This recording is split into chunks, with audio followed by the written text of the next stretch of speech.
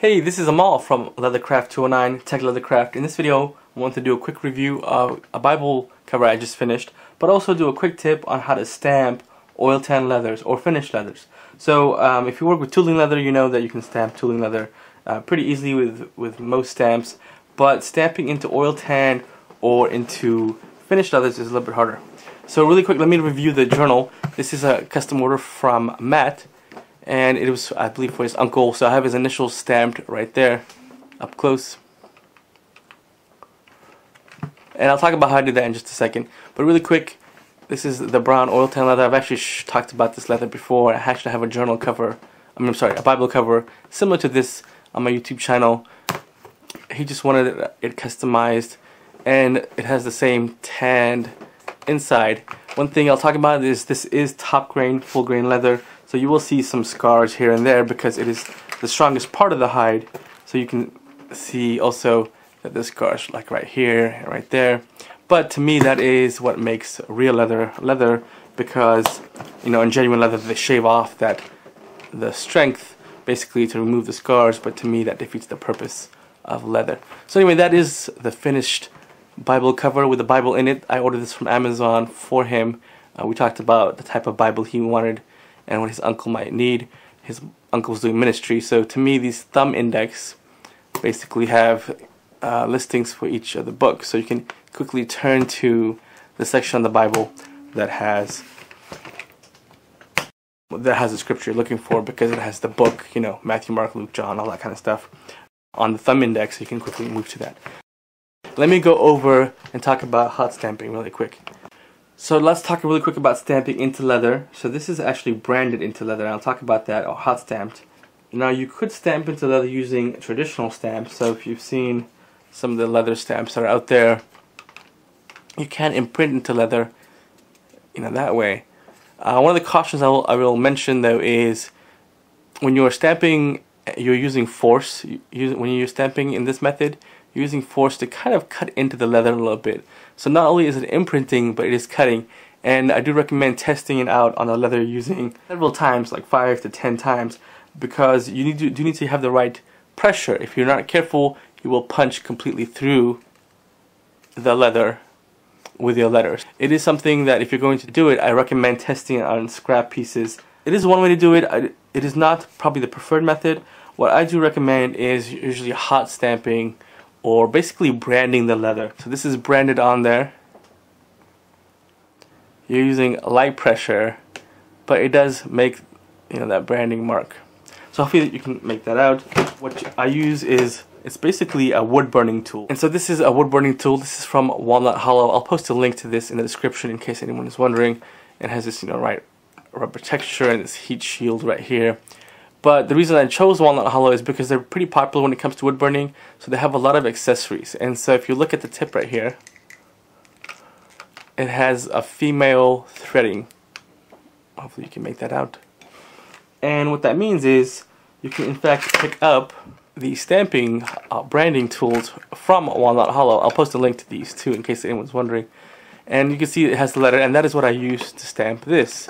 So it has the C and the A and the B and the full letters, and in fact they have numbers and even punctuation, I believe. But the deal is then you can just screw it on and turn the tool on. Now the really nice thing about this tool is it has its own on and off switch. You don't have to unplug it from the wall each time, whereas some of the wood burning tools you have to unplug.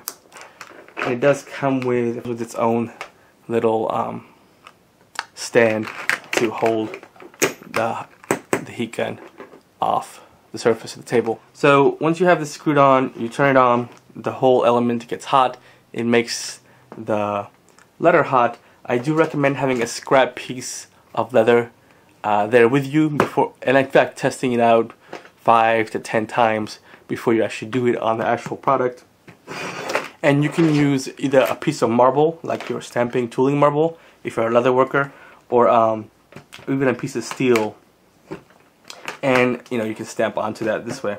And I do recommend, like I said, testing it out, making sure the temperature is hot enough to actually get the correct brand and impression you want, and even testing out how much, you know, pressure to apply onto here when it's hot. So when it is hot, you obviously can't grab it and switch out. So one other tip I have is to use scrap leather, either the piece you're stamping on or just another piece. And in fact, you can just unscrew it. And I do recommend working over either a steel or a bench where you're not afraid of burning or making marks, because that piece will stay hot for a long time. So be very careful with that. And then basically, since this is still hot, you can't touch it. You grab your other cool leather and place it into the leather you want to work on, and just screw it back on. I'll get it started, and then you can spin it back on and tighten it back up. And then you can keep stamping and doing it that way. Do be careful when you're doing that, because if you miss the leather and you burn your hand, it will brand you permanently. So do be careful if you are doing that. If you're doing long runs, it can be handy to make things faster. But if you are concerned or if your hand's a little bit shaky, I do recommend just turning the wood burner completely off and just waiting for each letter. One other thing I'll talk about to keep this thing straight is you can use, especially an oil tan, is you can actually use a guide and make a light mark. And you can use it as a guide. And of course, with oil tan leathers in general, with a little heat from your hands and a little bit of oil, that guideline will disappear completely. So that is what I used right here. I just lightly scribed a line onto, straight line there to kind of get things centered up. Alright guys, if you're interested in the Walnut Hollow, I'll post links to this. It's a really handy tool, and the really nice thing about Walnut Hollow is because they are a bigger kind of wood burning company, wood burning accessories. They make a ton of tools. So they have, like I mentioned, this alphabet set, and I just picked up these also, and these are just, hopefully you can make that out, really small shapes. So there's a diamond, a heart, a star, a square, a circle, and like a fine tip engraving pen. So they have a ton of accessories from Walnut Hollow, which basically fit onto this threaded mount. You do need to be aware if you're checking on Amazon, not everything with the threading is the same, and that is actually why I went with Walnut Hollow, because they actually have their own branded stuff. Like I said, this was cheap. It was like $20–$30. I think the alphabet set was another maybe $15. Anyway, I'll have links to those in the description if anyone is interested. If anyone is interested in custom ordering a Bible cover or a journal cover, shoot me a message. You can go check out my website at www.techleathercraft.com. And stay tuned guys, I'll be reviewing some really cool items I picked up from Black River Laser. If you're a leather crafter or interested in making your own stuff, I have these gauges. I've reviewed some of these, but she has a new version which I will show you. And also, I had picked up this really cool passport wallet template.